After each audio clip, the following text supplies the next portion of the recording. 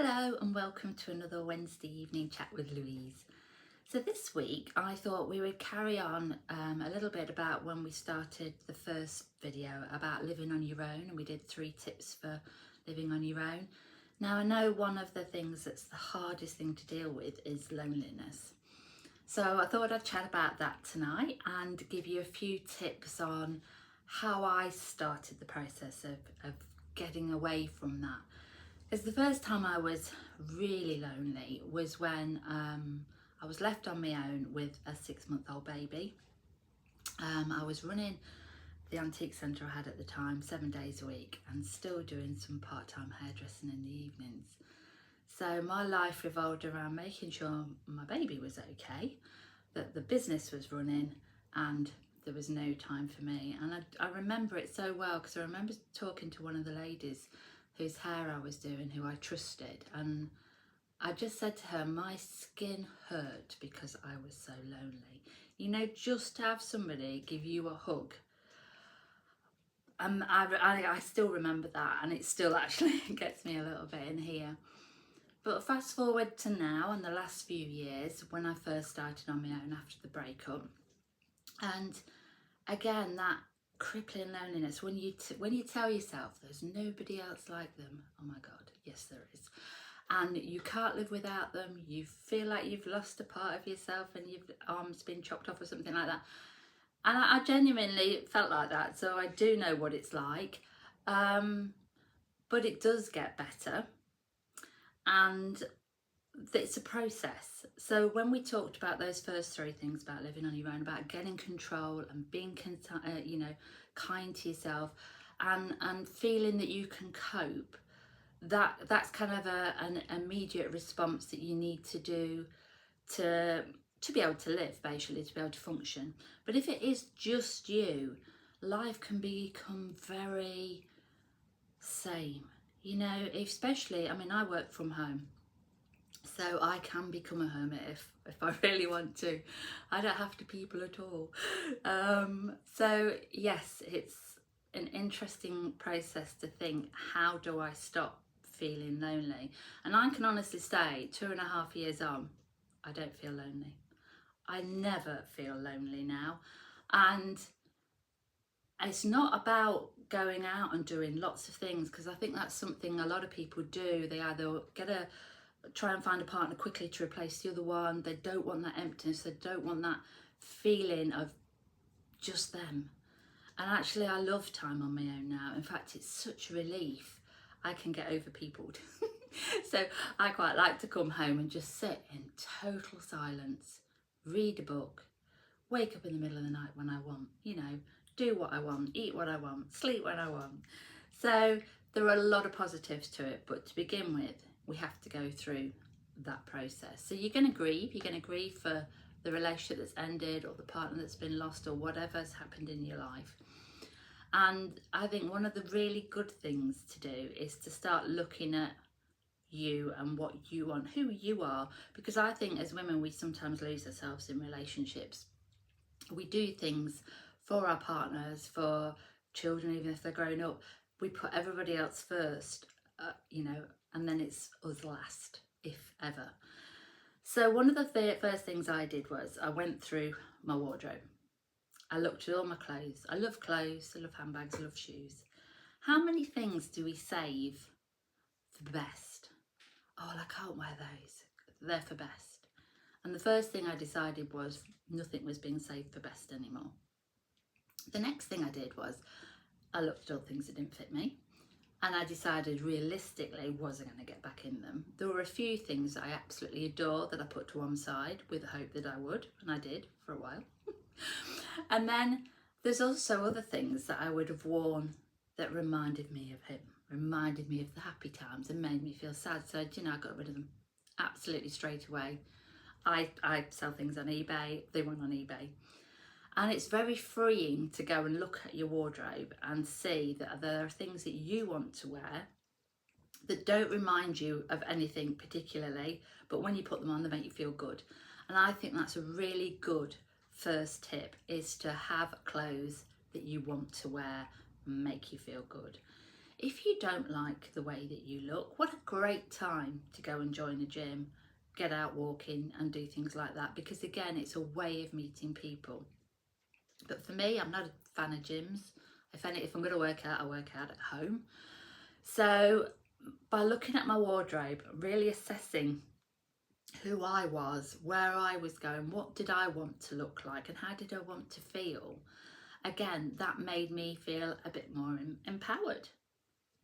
So yes, that was the first step. And do you know what? I then decided that, because I think when you just, what's the point? You have that, what's the point? I'm not going anywhere, I'm not doing anything. But I used to make myself get up, I'd wash and blow dry my hair, I'd put a little bit of makeup on. And again, the most some days I do is go to the post office to post items. But I would make sure I put my makeup on. And it was, I almost rebelled against myself. It was like, oh, what's the point? I don't want to do this. But actually, once I put it on, I felt so much better. And you can guarantee, if you're looking your absolute worst, who do you bump into? Everybody you know on the planet that day in the supermarket or wherever you are. But if you're feeling really good about yourself, chances are you won't see anybody, but it will make you feel better. And I think that was, I remember I went to Lincoln one day because I thought, right, I need to go out, that's our nearest city, and just go for a wander around. It was a nice day, it wasn't raining for a change. And I remember I was coming down the steep hill there, and there was a couple of lads, I think they were a couple, and one of them stopped me and said, I love what you're wearing, you look amazing. Now, the fact that 2 years on I still remember this, doesn't that say so much about what a compliment, you know, gives to a person? And I actually really thought about that day. And I started, because often I would see people and think, oh, fab hair, love that bag, love those shoes. But I would think it and I didn't say it. So I would start to compliment other people. It doesn't have to be weird. I could just be walk by them and go, oh, I've got to tell you, I love that handbag, how amazing. And but I know that how I felt and how it made me at that time feel, why not do that for somebody else?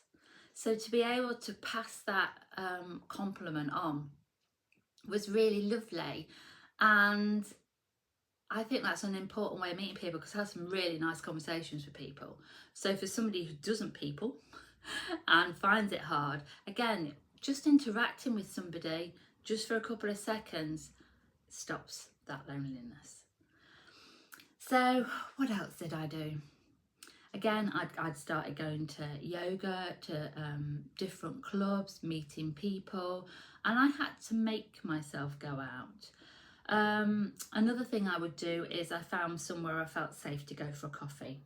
Didn't really interact with anybody. I've got to know the girls that work there now, and it's just to say hello. But again, I was around people.